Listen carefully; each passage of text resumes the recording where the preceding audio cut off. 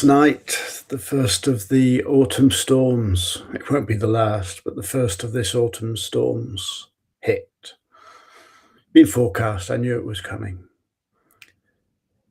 It was turbulent last night, or yesterday evening, and I was woken long before dawn by the rain lashing on the roof and the winds howling round the house.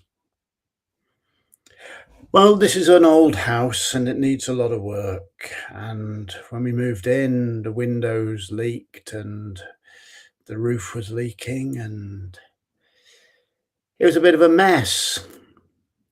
So over the summer, I've been trying to get it fit for purpose, trying to get it secure, safe, a place where I can be protected from the outside world.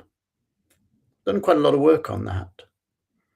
But when the storm hits, it's time to test how effective your work has been. So I got up actually just before dawn, about 6 o'clock, and one window that was leaking very badly was not leaking. Another window that had been leaking very badly was leaking a little, not too bad. The roof was leaking still a little bit. We've got someone coming in to look at the roof. So the work I had done to achieve my purpose was effective, but not yet complete.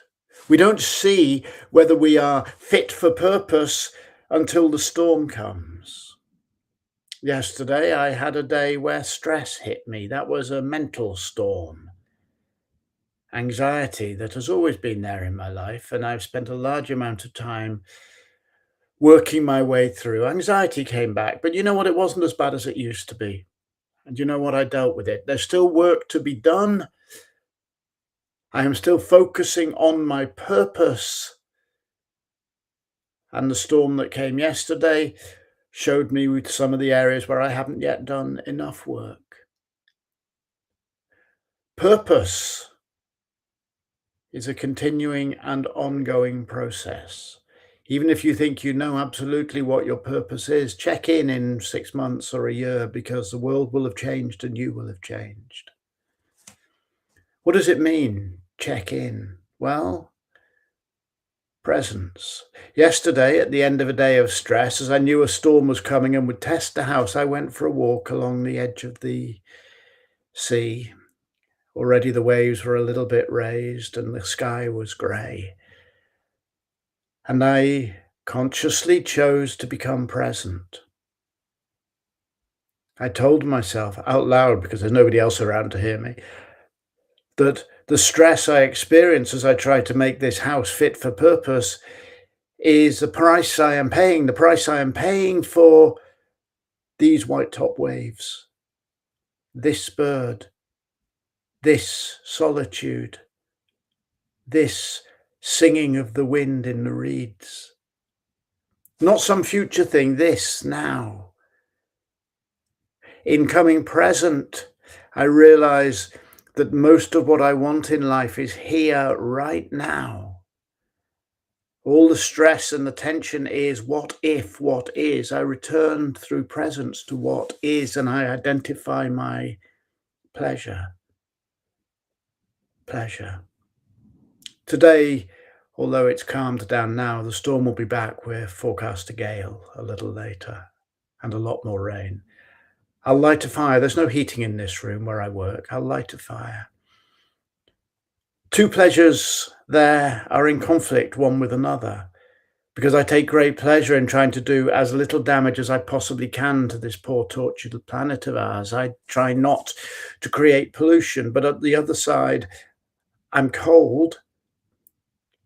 And there's very few things like sitting in front of a real fire on a stormy day. How to reconcile those pleasures? Well, sometimes you can't, but you do the best you can. I'll burn biologs. They do as little damage as possible and they're claimed to be carbon neutral. So I won't feel too bad about the fact that I'm burning something, but I will still have the pleasure of sitting in front of a fire. Pleasure's not simple. Pleasure is complex. And then if somebody complains that I lit a fire, I will say, I take responsibility for it. That's what pleasure demands of you. You say, I am doing this because I want to. I will take responsibility for my actions. Purpose, presence, pleasure. The continual process of trying to make our inner lives and our work in the world fit for purpose, our purpose. Constantly returning to presence, to remind ourselves that things are fine, tough sometimes, but fine. What is much less scary than what if. Presence, my presence, pleasure, my pleasure. Some of you might hate the thought of living in a remote house as a storm hits. That's okay. You don't have to. This is my pleasure. I pay the price. I get the benefits. You pay the price for the things you want. You reap the benefits. All of us, in the end, have the right to make our own choices about the path we follow. Purpose, presence, pleasure. This morning I shall spend some time in front of the fire doing some work on the small group coaching program that launches in about 10 days. There's still a couple of places on it. You would have 8 sessions, 2 individually with me, 6 with a small group where we will explore purpose, presence, and pleasure. If you'd like to be one of the last members of that group, get in touch with me today. I'd love to have you along.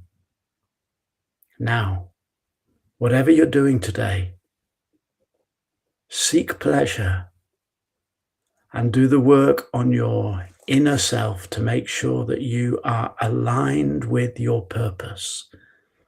When that all gets too hard, smile and pay attention to here and now, to your presence, because here and now is where it all happens.